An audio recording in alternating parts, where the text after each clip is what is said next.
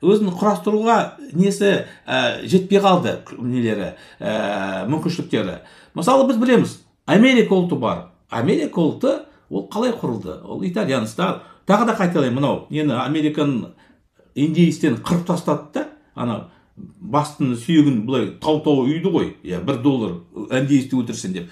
Қырып тастады да, сосын бұлар келді, испан, итальян, неміс, Америка ұлтын құрды. Дәл сондай жағдай болды Канадада, дәл сондай Австралияда болды. Мінекей мынау ақ адам сөйтіп жаңа ұлт құрды. Ресей менің сөзім емес.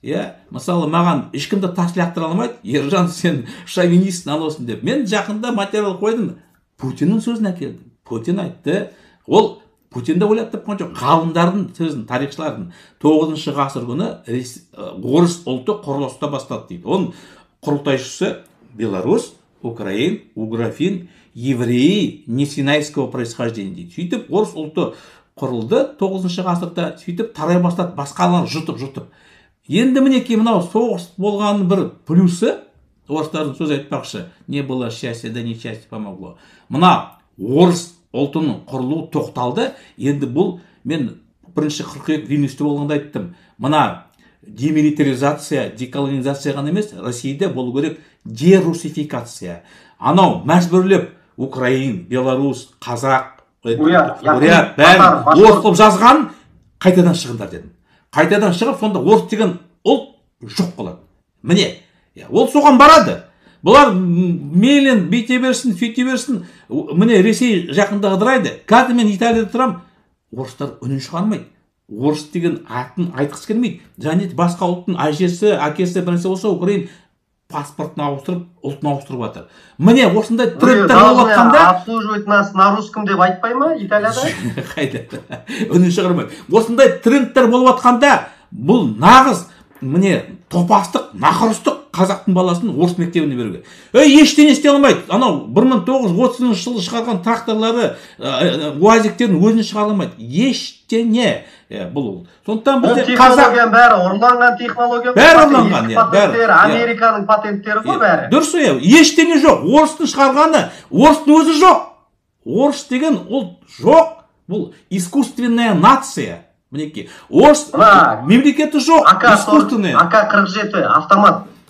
Ол өзі ұрланған ғой. Шмайстерді тұтқын алды да, бәрі өтірік. Сондықтан мен қазақтарға айтарым, бұларды пір тұтпаңдар. Орыс бізден артық ештеңе білмейді, ештеңе меңгермейді.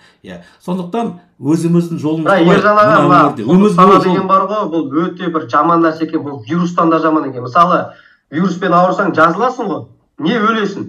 Бұл құлдық сана деген бар ғой, бұл зомби сияқты жүре береді да, ана өзінің ұлтынан жиіркеніп, ондай да бар, басқа тілде сөйлемейді. Ол менсінбейді өз ұлтын, өзін жаңағы ұлтынан жаңағы безіп жүрген ол мәңгүрттер. Мәңгүрттер бар, тек билікте емес, мына оппозиция деген жүрген адамдар да бар мәңгүрттер.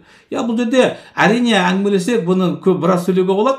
Жалпы ой, міне Дарханды айтып тұрған, мен де айтып тұрғаным, қазақ тілі Қазақстанда бір тіл болу керек. Орыс тілін ешқандай керегі жоқ. Смещенный, анау. Орыс, мен енді жазып жатқан талаптардың бірі, орыс тілі міндетті болмау керек. Ол шет тілі ғой біз. Орыс тілі атымен болмау керек. Атымен. Ол егер керек болса, факультатив ретінде. Дархан, мен айтам, орыс ұлты деген жоқ деймін. Бұл деген трендтерді бақылау керексің ғой. Сен қалай болса да трендтерді аулауың керексің. Міне аулада жүрген трендтерді. Лови тренды дейді. И ты будешь на вершине, бизнесмен айтады. Бұл жерде де солай саясатта. Трендтер, орыс әлемі бітті. Бұл өзінің циклымен жаңағы жайгестірген жоқпын ғой. Канада, Америка, Австралия, олар үлгірді. Олар жасады. Бүкіл әлем ағылшын тілін оқып отыр, біз орыс тіліне жабысып жатырмыз әлі. Сондықтан бізде орыс тілі ол болмау керек. Мына мемлекеттің өзінің аты Қазақ Республика болу керек. Тұратын жаңағы этностар бәрі қазақ болу керек. Кеше мен Ақбар Аюбимен сұхбаттастым ғой. Ол айтады, мен Данияның патриотымын дейді. Датчанин жазыламын дейді.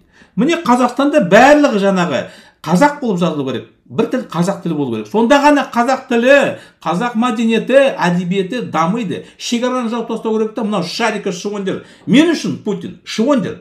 топастар. Мен 2 жыл бұрын айттым, Ресейді басқарып жатқан олардың парламенті емес, үкіметі емес. Енді қазір КТК құбырын сол Ресей арқылы өтіп бізді қатты күршекке байлап алған ғой. Жоқ, бұлар байлап жатыр ғой. Анда-санда краникті бір жауып ашып қояды да бүйтіп. Ол былай ғой, не ғой. Мен жаңағы билікті Ресейді басқарып жатқан триумвират чекисті, Путин, Патрушев, Бортников.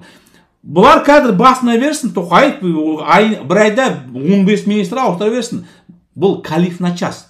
Бұл жүйе 20 қаңтар күні Раймштайнда тағы да американдар жаңағы әріптестерін жинайды.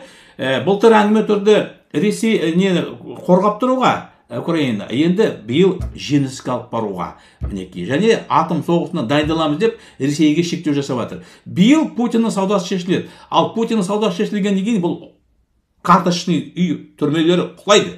Сол уақытта мінекей осындай идеяларды алып жүрген адамдар, мінекей Дархан бар, мінекей Ардақұлы, басқа да мінекей саяси ұйым, әрине Халықтың партия, осындай идеология жасап жатқан идеологиялар күш қуат жинау керек. Мінекей сол біз туы көтеріп жатқанда халқым біздің қасында табыл. Ол керек жоқ қорқып ойбай, қолдарына не келмейді, нетпейді.